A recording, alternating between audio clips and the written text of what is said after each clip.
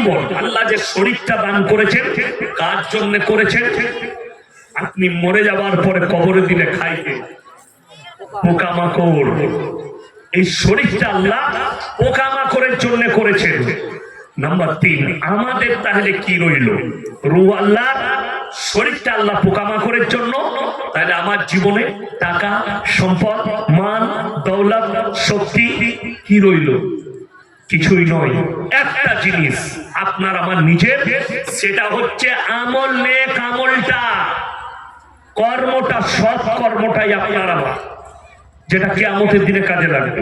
না টাকা, না সম্পদ, না মান, না দৌলত, কোনো কিচ্ছুই কাজে লাগবে না। আচ্ছা, কালিয়াগঞ্জ থানায় এমন আছে যে কোনো কোটিপতি মারা গেছে, টাকাগুলো সব কবরে নিয়ে গেছে? না, পাবেন না। কেন? এটা দুনিয়া, আর দুনিয়া সম্পর্কে আল্লাহ তাআলা মারাত্মক উপদেশ দিয়েছে। কাকে? মুমিনদিকে।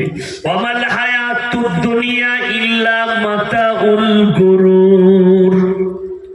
দারুণ উপদেশ। হে আমার নবী, বলো এই পৃথিবীর জীবনটা তোমাদের জন্য সম্পূর্ণ ধোঁকা। ধোঁকাটা কখন বুঝতে পারবেন? আল্লাহর কসম, রূহটা যখন কবজ হয়ে যাবে তখন বুঝতে পারবেন আমি তো ধোঁকায় ছিলাম। চলে এলাম কবরে, কবর থেকে তোমাকে তোলা হবে কিয়ামতের ময়দান, জান্নাত আর জাহান্নাম। ওই জন্যে পৃথিবীতে, আমি কালকের জলসায় বলেছি, আজকে আবার আমি রিপিট করছি। কেন? আপনারা শুনতে পাবেন কিনা জানি না, কালকে মারা যেতে পারি, পরশু মারা যেতে পারি। কথাটা আপনাদের দিলেতে গেঁথে নেন। পৃথিবীতে যারা নিজেদিকে বলবান বলছে, শক্তিমান বলছে, আমেরিকার প্রেসিডেন্ট ডোনাল্ড ট্রাম্প হুঙ্কার দিয়েছে, আমার কাছে 4428টা পরমাণু বোমা আছে, আমি চাইলে পৃথিবীটা 150 বার ধ্বংস করতে পারব। তার কাছে যা পরমাণু বোমা আছে। আর সেই পরমাণু নয়, হিরোশিমা আর নাগাসাকি, জাপানের দুটো শহরে আমেরিকা পরমাণু মেরেছিল। বিশেষজ্ঞরা বলছে, বৈজ্ঞানিকরা, বর্তমানে যে পরমাণুগুলো যে দেশের হাতে আছে সেইগুলো থেকে 1 লাখ গুণ বেশি খাতারনাক। এই পানির বোতলটা দেখছেন, এইটা পানিটা কি মনে হচ্ছে? খেজুর গুড়ের মতো গাঢ় মনে হচ্ছে না পাতলা পাতলা? বিশেষজ্ঞরা বলছে কলকাতার বুকে যদি খালি একটা পরমাণু ফেলা হয়, বর্তমানের পরমাণু, যেমন নরমাল পানি, মানুষ আর গোড়, বিল্ডিং, পালাখানা, গাছপালা তরল পদার্থ হয়ে যাবে গলে। এত পাওয়ারফুল। এ বলছে আমি 150 বার ধ্বংস করতে পারি। পৃথিবীতে বড় দুটো রাষ্ট্র নেতা সব থেকে সুরক্ষায় থাকে। কোরআনের একটা ভাষা শুনেলেন, আল্লাহর কসম খেয়ে বলছি, যারা এখানে নেতা বসে আছেন, যদি এমএলএ বসে থাকেন, যারা গ্রাম্য নেতা বসে আছেন, যারা নিজেদিকে মরদ মনে করছেন, তারা কোরআনের আয়াতটা শুনে যান। যারা মনে করছেন আমার শক্তি আছে, দুর্বলতা নেই, শুধু তোমরা নয়, পৃথিবীর যত রাষ্ট্র নেতা আছে সবারই শোনা দরকার। আল্লাহ কোরআনে বললেন, ইন্নাল ইনসানা খুলিকা হালুয়া, আমি মানুষকে অসহায় আর দুর্বল সৃষ্টি করেছি, মানুষ সবল নয়। সবল মানে জানেন? শক্তিশালী নয়। আল্লাহর কাছে সবাই দুর্বল। বর্তমানে দুটো প্রেসিডেন্ট সব থেকে সুরক্ষায় থাকে, এক হচ্ছে আমেরিকা, দুই হচ্ছে রাশিয়ার president Vladimir Putin. Donald Trump আমেরিকার যেই প্রেসিডেন্ট হয়, সে যে গাড়িটাই চাপে, ভারতের মূল্য 1000 কোটি টাকারও বেশি দাম গাড়িটা। গাড়িটা কেমন? আমার মতনই 4 হুইলার, 4 চাকা। কিন্তু অবাক হবে, গুলি করে যদি তার টায়ারকে কেউ বাস্ট করে, রিংয়ের ওপরে 250 স্পিড গাড়িটা ছুটবে। তার রিংটা এত পাওয়ারফুল, 250 স্পিডে। গাড়িটাই মিসাইল মারলে লাগবে না, গাড়িটাই পরমাণু মেরে দিলে কাজ হবে না। কাঁচেতে যদি 0 পয়েন্ট থেকে গুলি ছুড়া হয় AK-47, একটা স্কেচ পড়বে না দাগ।